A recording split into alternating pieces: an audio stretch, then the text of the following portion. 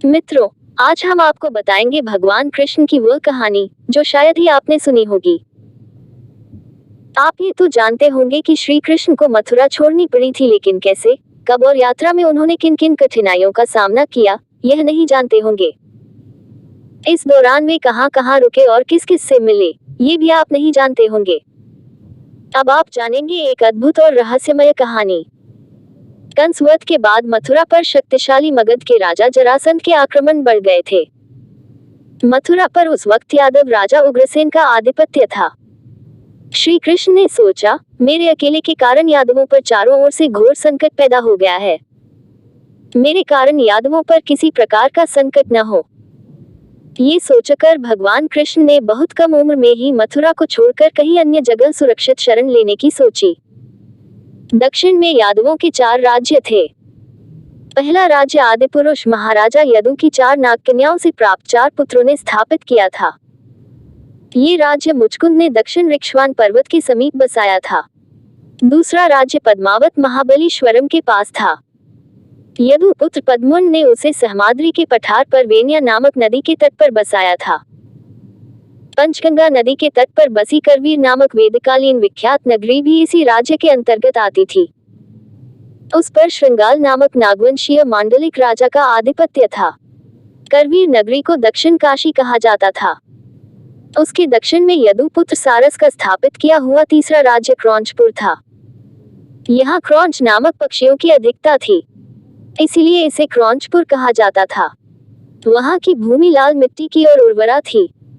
इस राज्य को वनस्थली राज्य भी कहा जाता था। चौथा राज्य यदु पुत्र हरित ने पश्चिमी सागर तट पर बसाया था। इन चारों राज्यों में अमात्य विपृथु ने पहले ही दूतों द्वारा संदेश भिजवाए थे कि श्री कृष्ण पधार रहे हैं। श्री कृष्ण की कठिन यात्रा। पद्मावत राज्य में वेनिया नदी के तट पर भगवान परशुराम निवास करते थे। महेंद्र पर्वत से अर्थात पूर्व समुद्र से परशुराम नौकाओं में से अपने अनेक शिष्यों सहित पद्मावत राज्य में आए थे। संपूर्ण आर्यावर्त में मंत्र सहित ब्रह्मास्त्र की विद्या देने की क्षमता रखने वाले गिने चुने पुरुषों में वे सर्वश्रेष्ठ थे। उनके चमत्कार और शक्ति के किस्से सभी को मालूम थे। उनके शिष्य आर्यावर्त में सर्वत्र फैले हुए थे।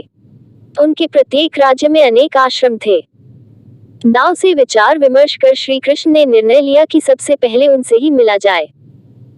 उनसे मिलने के लिए कई नदियों और अरण्यों को लांघना पड़ा। जरासंध की सेनाओं ने मथुरा को घेर रखा था। उसकी सेनाओं का पड़ाव उठते ही श्री कृष्ण के साथियों बंधु बांधवों ने अलग अलग गुटों में मथुरा से बाहर निकलकर एक निश्चित स्थान पर मिलने का निश्चय किया। उत्तर स्थान से यात्रा शुरू हुई।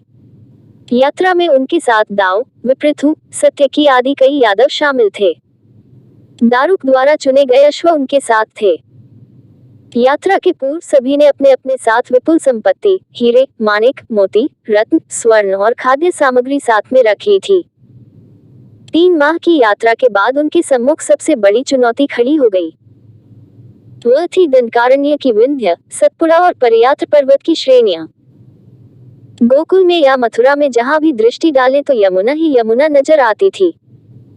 यहाँ तो जंगल और पहाड़ ही पहाड़ दिखाई दे रहे थे। भिन्न भिन्न हिंसक पशुओं गर्जनाओं से गूंजती, विविध पक्षियों के कलरव और फुड़फुड़ाहट से पटपड़े इसे बेहद अरण्य को पार करना अत्यंत ही कठिन था। इन घने और खतरनाक जंगलों की भूमि पर सूर्य की किरणों का पहुंचना लगभग असंभव था। इन घने जंगलों में रात्रि हुई है या नहीं, ये जानना भी मुश्किल था। रात्रि में पड़ाव कैसे और कहां डालें, ये भी प्रश्न था। ये यात्रा कितने दिन चलेगी, ये भी तय नहीं था।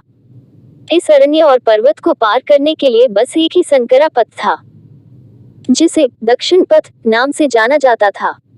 उसके भटका देने वाले मोड़ों का चप्पा चप्पा जिसको पता था, ऐसे वनवासी मुखिया को उन्होंने अपने साथ ले लिया।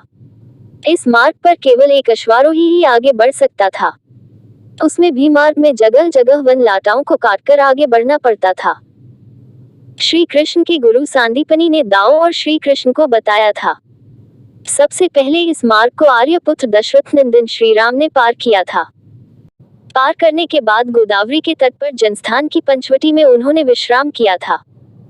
विदर्भ में भी यादवों के कुछ राज्य थे, जैसे अश्मक, कुंतल, वनवासी, मलय और पांड्य।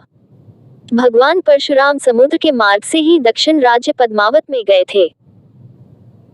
इस भयानक जंगल को देखते हुए सभी यादवों ने आपस में निर्णय लिया कि हमें अपनी भोजन की कच्ची सामग्री को मितव्ययिता से उपयोग करना होगा। प्रत्येक पड़ाव पर कुछ लोग पहरा देंगे, बाकी सभी सोएंगे। 1 माह बाद सभी ने इस निसर्ग निर्मित प्रचंड निविड़ अरण्य को पार कर लिया। ये कठिन यात्रा एक दूसरे को संभालते हुए पूरी की। समीपवर्ती विदर्भ राज्य की सीमा पर गोदावरी नदी पार कर वे सभी अश्मक राज्य में आ गए। श्री राम ने जहां निवास किया था, उस कुंतल राज्य के जनस्थान पर्वत नासिक परिसर के बाईं ओर से भीमा नदी को पार कर वे सभी पद्मावत राज्य की सीमा में दाखिल हो गए।